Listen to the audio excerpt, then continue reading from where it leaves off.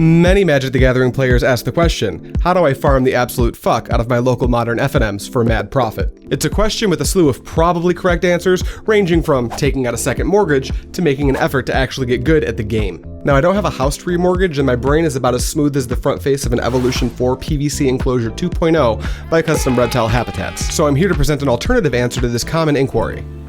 Just cheat. There are many ways to cheat in a game of Magic the Gathering. You can perform a shuffle cheat, where you shuffle the cards you need to win the game to the top of your deck after fetching, and then trick your opponent into not cutting by talking to them about your second mortgage.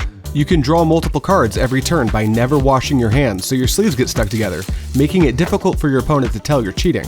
And if they call you on it, you can just blame Dragon Shield for the recent decline in quality. You can even just straight up bring a Mac 10 to FNM. Most judges will just leave the building, leaving you the undisputed winner of $21 store credit. But jail is time consuming, and getting caught with any of the former methods can get you disqualified, which is obviously going to hurt your bottom line. So today, I present you with a way to cheat that judges can't do anything about. 5-Color Creativity is a combo control deck that uses its namesake card, Indomitable Creativity, to cheat out the most powerful creature currently legal in the modern format, Archon of Cruelty. Archon of Cruelty is a 6/6 Archon creature that costs black, and 6 generic that has flying, and whenever Archon of Cruelty enters the battlefield or attacks, target opponent sacrifices a creature or planeswalker, discards a card, and loses 3 life, and you draw a card and gain 3 life. In a vacuum, cheating Archon into play is simple, provided we follow a few deck building restrictions. To understand this better, let's have a look at our flagship card. Indomitable Creativity is a sorcery for red, and X that reads, destroy X target artifacts and or creatures. For each permanent destroyed this way, its controller reveals cards from the top of their library until an artifact or creature card is revealed and exiles that card. Those players put the exiled cards onto the battlefield, then shuffle their decks. Seems easy, right? All we need to do is cast Creativity targeting one of our artifacts or creatures, and then flip Archon over, but wait. How do we guarantee that Archon is the flipped card if in order to target a creature or artifact with Creativity, we have to put creatures and artifacts in our deck that aren't Archon of Cruelty?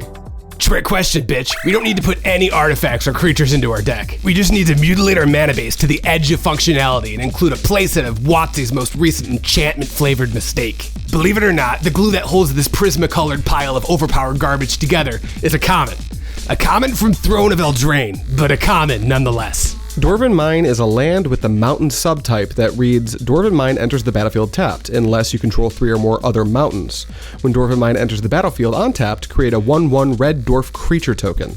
I just mentioned that Dwarven Mine has the mountain subtype, which is very important, as with the mountain subtype, Dwarven Mine is fetchable by any of the red fetch lands, which you'll be playing 12 to 13 of due to the fact that all of the mana producing lands in the deck have the mountain subtype.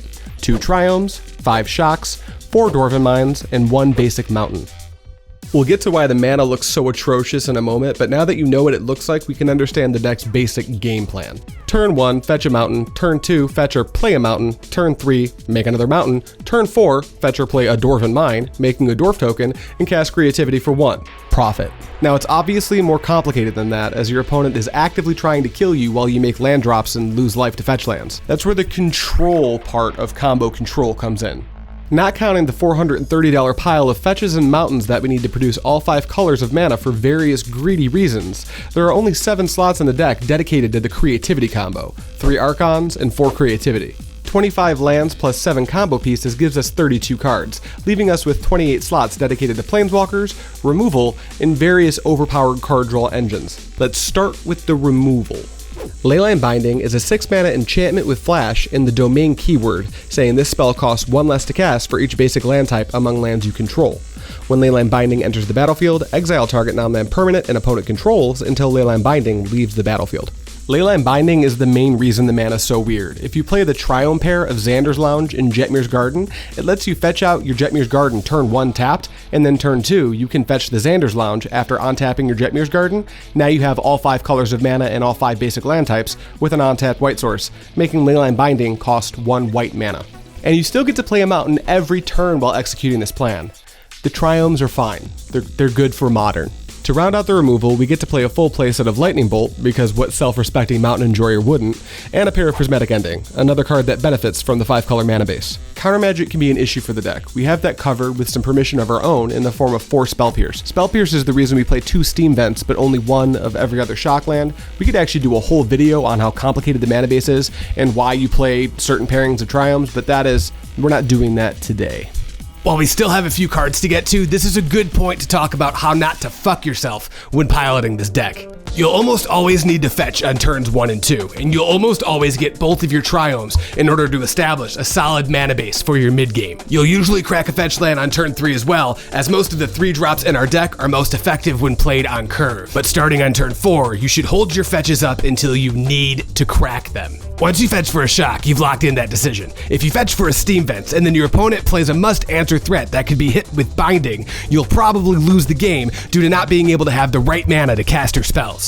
In the mid-game, you'll often have both Spell Pierce and Leyline Binding, and due to the fact that you're tapping mana on your turn to play your spells, you'll regularly be left with only 1 mana up to interact on your opponent's turn.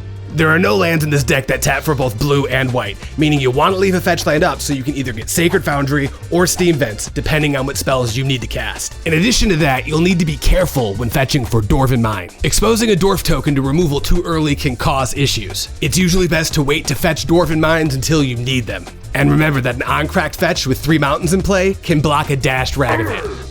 The remaining slots in this deck are filled with generically overpowered cards. You have a playset of Wrenn and 6, arguably the strongest planeswalker in the format, and a full playset of Teferi Time Raveler, the second strongest walker in Modern.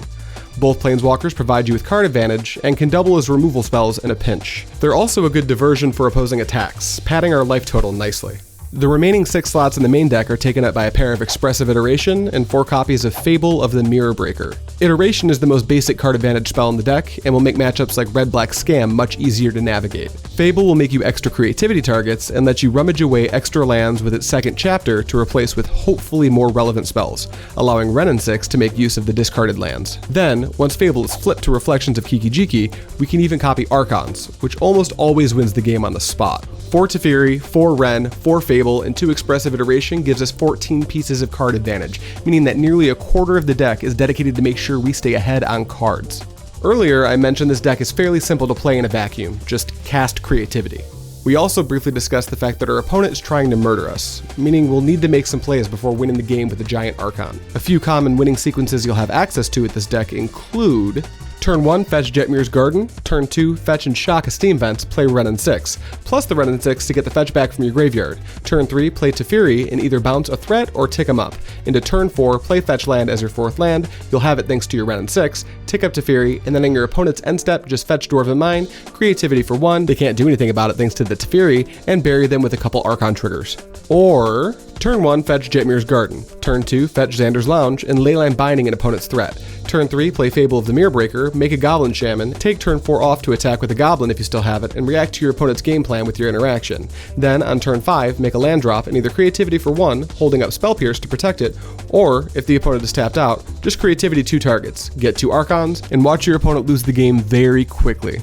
Now obviously Magic is complicated and not every game's going to play out like that, but this deck is flexible enough that it has outs to most situations. We unfortunately don't have time for sideboarding today, as that is another thing that could be a video of its own. But if you want to see some gameplay, check out this video where I play the 5-color creativity deck on Magic the Gathering Online. And hey, if you want my sideboard guide, why don't you go over and check out my Patreon, where you can pledge. You can pledge as a Patreon, and I don't know how the tiers are set up yet, but it'll be showing right now. If you want access to my sideboard guides and stuff, go to that one. I'm a decent Magic the Gathering player, but I hang out with players way better than me that help me with stuff like how to sideboard. So that's information that I promise is worth whatever future Neon Mushroom has decided to charge for it.